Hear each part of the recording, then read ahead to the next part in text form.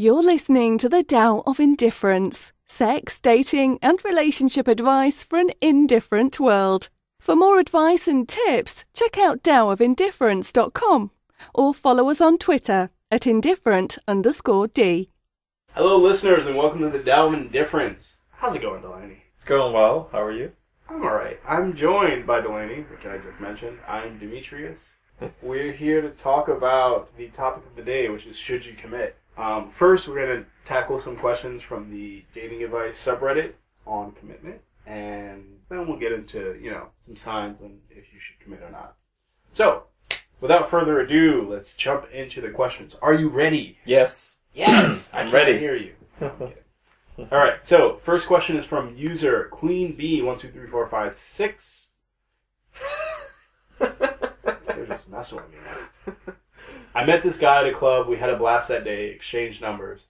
We went on a date the next day and we kissed. We spent all day talking about our lives and likes and dislikes in our families. A typical date. On the third day, we hooked up and it was great, but I've only been with 2 guys before, and I've known them much longer before we got to the next level. I feel like I rushed this time, and I don't want him to think that I just wanted a hookup. I really like him. The good thing is he's been texting and calling me every day. He doesn't live in the same state, but he seems really interested in me. But I'm thinking maybe I'm just stupid and he's only talking to me so he can have a chance of hooking up with me again. I've never had a random hookup, so I don't know what to expect. Thanks in advance for your help. Okay, so she didn't phrase it like a question, but the question really is she just a random hookup, and is it likely that she can commit with him? That's what I got from it. So, is she a random hookup? Maybe? Based on a little bit of data? Yeah. Yeah. Data. Based on a little bit that's in the question. I mean, you knew him for 3 days, you had sex with him, you met at a club, that's never a good time. Yeah. And, yeah, you really knew him for like a night and 2 days when it comes down to it, right? Yeah. Because you met at the club, then you hung out the next day, then you had sex the next day. So that was like a Friday to Sunday or a Thursday to Saturday. Yeah. And then he doesn't live in your state. I wish I knew what states they lived in. Because if it's New Jersey, New York, whatever. But if it's like Pennsylvania and Wisconsin, maybe not. He probably can't date you seriously anyway because he lives in a different state, unless you're right across the border. And if he's texting and calling, that's a good sign. It's possible that you're a hookup, only just a hookup, but it's a good sign that he's texting. We can't know for sure just based on what you have. But you're not 100% a random hookup, but this doesn't mean that he also wants to commit either. You could just ask him just straight up and say, hey, do you want to date? But yeah, that's it. Yeah. Anything to add? No? Alright, we're moving along. Yeah. Next question is from user Datus Atorius. Alright. I went to a party the other night and grinded and made out with this girl for about 30 minutes. Nice, well done. While grinding? Or... I don't know. That would be very... I never was able to grind and make out. Can you do that? Because most girls are too short. Yeah. It's really difficult. I've tried it. A lot. All through high school. She gave me her number and seemed very interested. I would hope so. I texted her the next day saying, I had a great time last night, which gained no response. Later... Sorry. He wrote it this way. Later that night, I texted her, you are an amazing kisser. She responded, hey, I think you have the wrong number. I knew you'd like this one. I decided to go for a last try today and said, hey, all I learned about you is that you study film, you're sexy, and you're a good kisser. Any chance I can learn some more? She finally responded, I'm sorry, but no, I'm not really that interested. My question is this. Is this common to just hook up, give out your number, and then want nothing of it? Or did I text something wrong? Both. Yeah. Both. No, it was both, man. It was both. Sometimes people just want to hook up, and also you are really bad at texting. Yeah. Yeah. I had a really great time last night, which you would normally text to someone that you took on a date. Isn't really appropriate that you text to somebody you boned, you know? Yeah. It was a hookup. Was it more like just making out on a dance floor? Well, when I think of hookup, I think of either it was brief, there's not really connection before it, and it was something physical. Yeah. Now, sex or no sex, he made out with a girl, Yeah. right? Didn't know much about her. The fact that she like tried to blow him off is not a good sign. But they made out, and she probably just wanted that. She probably thought you were cute. But who makes out for 30 minutes and texts someone after that? I had a really good time last night. You didn't spend the night with her. Yeah. You spent 30 minutes with her. You should have texted, hey, it's that guy from the club that you made out with. Any chance you want to go out for a drink? That was what you should have texted. So your answer is both. You screwed up. Those are terrible texts, sir.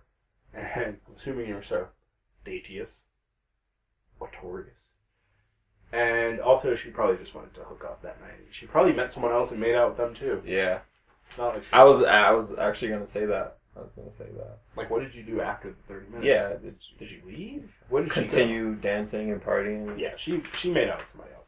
Yeah. Final question is from user FML Throwaway times 6. Last night I went to a coworker's housewarming party. Met an okay-looking dude there and considered just hooking up with him. I get him to come back to my place and things are getting hot and heavy. He got weird and wanted to slow down. I didn't get laid. He left. However, he has my number and called me today. I'm not really looking for a relationship. I just wanted to hook up. It's the same guy! Yeah. No, it's probably not. How do I nicely cut him loose without upsetting him or having him hate me? Step 1, don't pretend that that's not your number, like that chick from the last one. Yeah. That was terrible. Yeah. Because then he's going to reply again. But in all seriousness, you can just text and say, I'm going to read you back what you said, and this is what you should text. I'm not really looking for a relationship. I just wanted to hook up. The end. Yeah. You're answering your own question. I'm glad that you wrote a throwaway because now we put you on blast. Or throwaway. I'm glad you created a throwaway name. Yeah, just tell him like, hey, listen, here's my deal. You don't owe him anything just because you made out with him. You tried to throw him some sex and he said no, so, it's not like you took advantage of him. So if he doesn't like you because of that, screw him. Yeah. And that's it. Yeah. All right. So we answered a bunch of questions from people who didn't want to commit. So let's figure out if you should actually commit. Delaney, how long have you been committed to a relationship? 3 days makes 1 year. Oh, I didn't know that. Yeah. That's awesome. What date is that? Because February 24th. February 24th will be your 1 year anniversary. Yes. Mazel tov. I'm very happy. I like your girlfriend a lot. Me too. I would hope so. I really would. And I'm in a committed relationship. So hopefully you agree with these and maybe you'll add some things to signs that you should commit. Okay. So, my first one is you genuinely like each other. Yeah. Yeah. Right? It helps. Have you ever met a couple who seem like they don't like each other? Yes. Yes. I know one right now. Don't say their names. I'm not going to say it. They might listen. They probably don't. Yeah.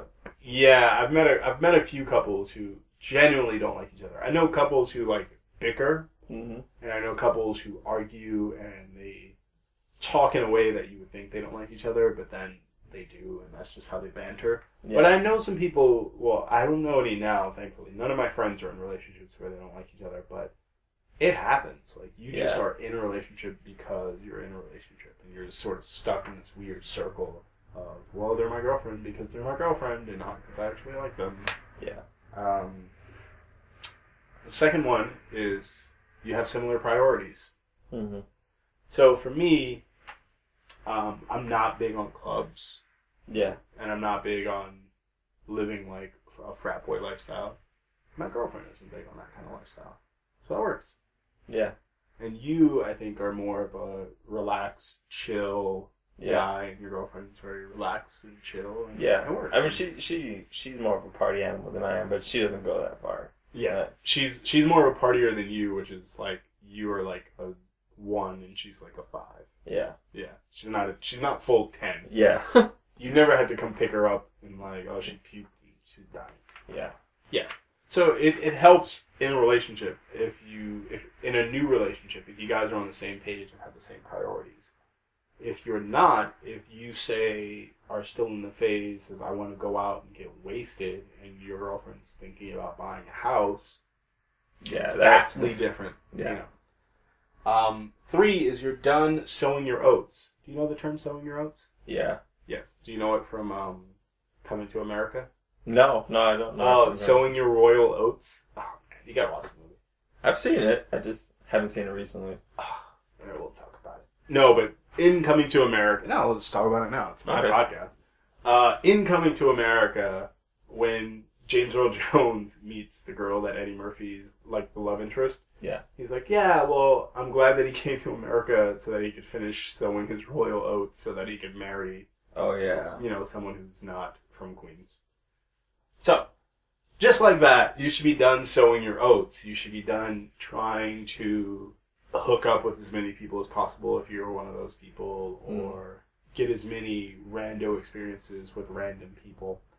That is not to say that you should stop being... you shouldn't stop exploring your sexuality just because you're in a relationship, but you should stop trying to explore other people's sex organs, I guess, if you're going to put it. Unless you're polyamorous, but in that case, you still are... You commit. If you're polyamorous, you commit to one person, but you really should be done trying to do all the wild, crazy stuff that you want to get out of the way before you know, threesome. Unless your partner was down for a threesome, you should probably get that out of the way before you commit to it. And that sort of thing. Number 4 is a really good one because I've broken this quite a bit, not recently, but in my younger days. You are not infatuated with someone else. So, if you are going into a relationship, you should not be thinking like, oh man, I really wish I could get back with so-and-so. Or I wish I could get with so-and-so. That would be so great. You know, if I could just hook up with them again, that'd be awesome. You can't go into a relationship like that. And I've definitely done it. Quite a bit. It doesn't end well. You will resent both of them. Yeah, it never ends well. Alright, number 5. You don't have disagreements that can't be resolved.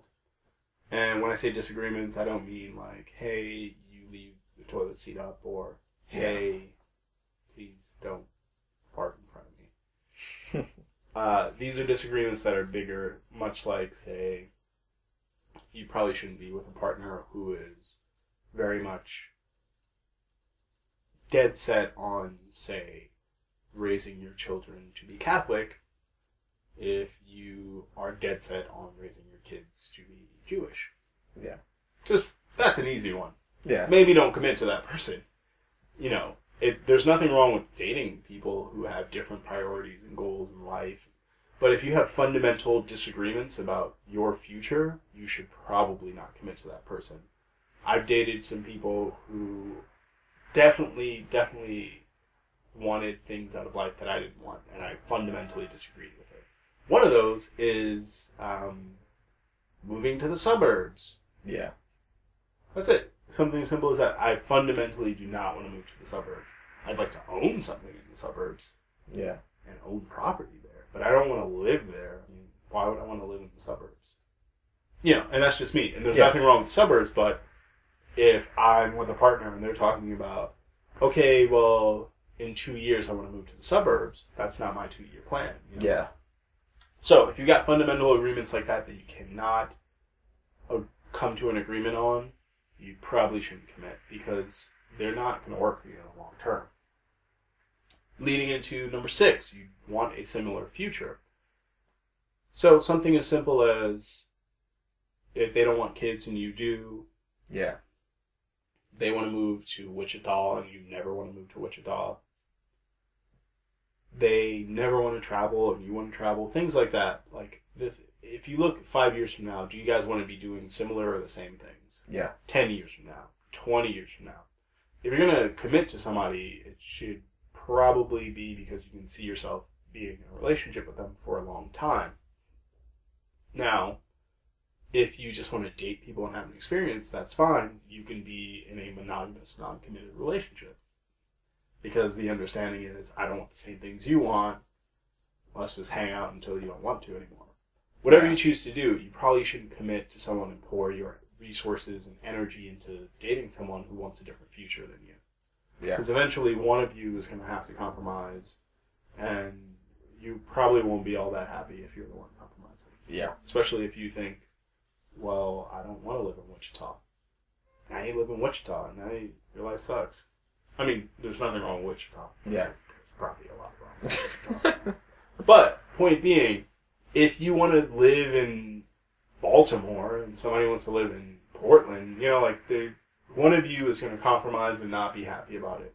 Yeah. Now, I'm not saying that it has to be something incredibly specific like that. If you are somebody who, say, a great example is, if you're a woman and want to be a stay-at-home mom, and that sounds all well and good, and that's what you want out of life, and your partner wants to also be a stay-at-home parent. Yeah. One of you can't be a stay-at-home parent. Unless you work from home. Right, but yeah, you know what I mean. It's not common. But no, it's really uncommon. Yeah. You're both bloggers. Yeah. You know, things like that. Like if it's something that it literally is not feasible. It's something that you want and they don't want, and it would make you incredibly unhappy in your future. Don't do it. And a lot of these are basically, if you can't tell, a lot of them are you want different things at different points in your life. Yeah. So beginning, middle, end. This one is very important. Number 7, you are not settling. You should not commit to somebody just because they're the lowest common denominator and the easiest option for you. This goes for people who have those weird like marriage pacts. If we're both single and childless by 40, like don't do that to yourself. It's not worth it. Just don't commit. Just have a baby if you want to have a baby. Yeah. But you can't settle and assume that that's going to make a relationship last or be healthy. Because I don't care if a relationship lasts or not. Like, I'm going to be honest with you guys. And you. Yeah. I don't care if relationships last because things happen and people break up. You know, whatever. Yeah. But you should go into a relationship in good faith. Yeah. I think that this will work because 1, 2, 3, 4, 5, 6, 7, 8, 9, 10. So, if you can't get past 7 and you're settling on a guy or a girl, and when I say settling, I don't mean looks, because you can change, you can say, well, physical attraction isn't that important. I'm talking about like deep down, you don't think this person is the right person for you, or you don't think they're good enough for you, or whatever the reason. If you're feeling like you're settling, that's not a good sign. So, on to number 8. You actually can picture a future with them. These are a little more positive. Okay. Than the other ones. Yeah, I mean, now it sounds a little bit better now. You see a future with them. So, in 5 years, can you picture what you guys would be doing together? Yes. Yeah. I wasn't even asking you, but that's good to know. That's good to know, Delaney. All right, awesome. Likewise, and I think that that's really important. If you say, oh, well, I wonder what life would be like with me and my partner in 5 years, and he or she's not in that picture in your head with you, it's not a good sign. Number 9. Don't worry, I'll let you add stuff after 10. Okay. Number 9, they give you the warm and fuzzies. So, assuming that this is someone you're thinking about committing with, maybe you're not currently in love, or you don't believe in love, or whatever, but when you're with someone who does that special something to you, you know it. Like, everyone knows what I'm talking about. Yeah. So, if they give you that feeling, that's a really good sign. 10, I'm almost done, I promise. You both actually want a commitment. That's the most important part. I've wanted to commit to people, and they wanted no commitment, and vice versa. People have wanted to commit with me, and I wanted no part of it. So, that is the most important part. If you can look at those 10 things and say yes to all of them, I'm making sure that you can say yes to all of them. Yes, you can say yes to all of them. If you can say yes to all of those 10 signs, you should commit. Delaney, what you got for me? What do I got? Can I see the list again? Yes, absolutely. I'll reread it really quickly. You can read show notes. That's quite alright. Okay. I'll drink water while you do that. What I would like to add is try to get because, getting to know each other I think is important. But I feel like when you're in a relationship, you also get to know each other. And if you should stay committed,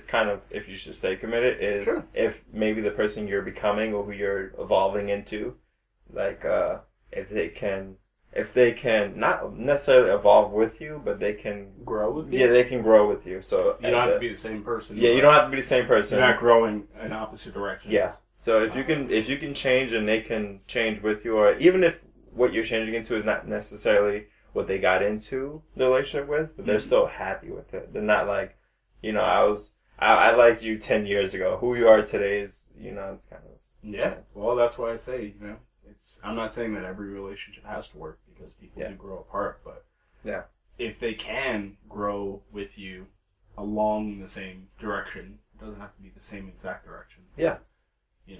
Yeah, that's a good idea. I mean, I didn't have this podcast when my girlfriend first started dating me. Yeah. That's the direction I went in. Yeah. All right, I like it. Is that it? I believe so. Mine is more personal than the other comment. I was going to say be accepting of the person's situation. Accept them for everything that they have, not just part of it. Like, not just 92% of who they are. Like, I love everything about you, but the fact that you have a daughter, I can't really be, but you know what I mean? That's a big part of who I am, so it's like... Accept people for who they are. Yeah. I like it. Yeah. You can accept people for who they are. See, I should write these things with you. Yeah. Yeah. All right, cool. All right, I think that's it. Delaney, are you saying goodbye to all the people?